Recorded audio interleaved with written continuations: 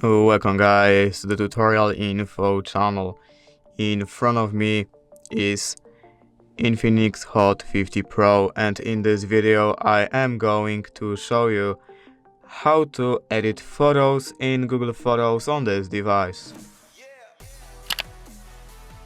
Alright, so to do this, firstly we have to open Google Photos app.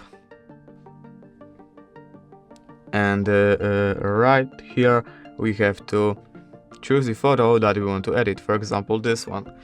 And right here we have this edit icon that we have to click on. And now right here you can edit it however you want to. For example, you can crop the photo, you can use some tools like Unblur or a magic eraser, you can adjust contrast, HDR effect, highlights, white point, and many other options. You can put on filter that you like, or you can just mark up the photo with pen, highlighter, or just write something with the text option. And when we are done, all you have to do is just click Save Copy. And that's our new edited photo.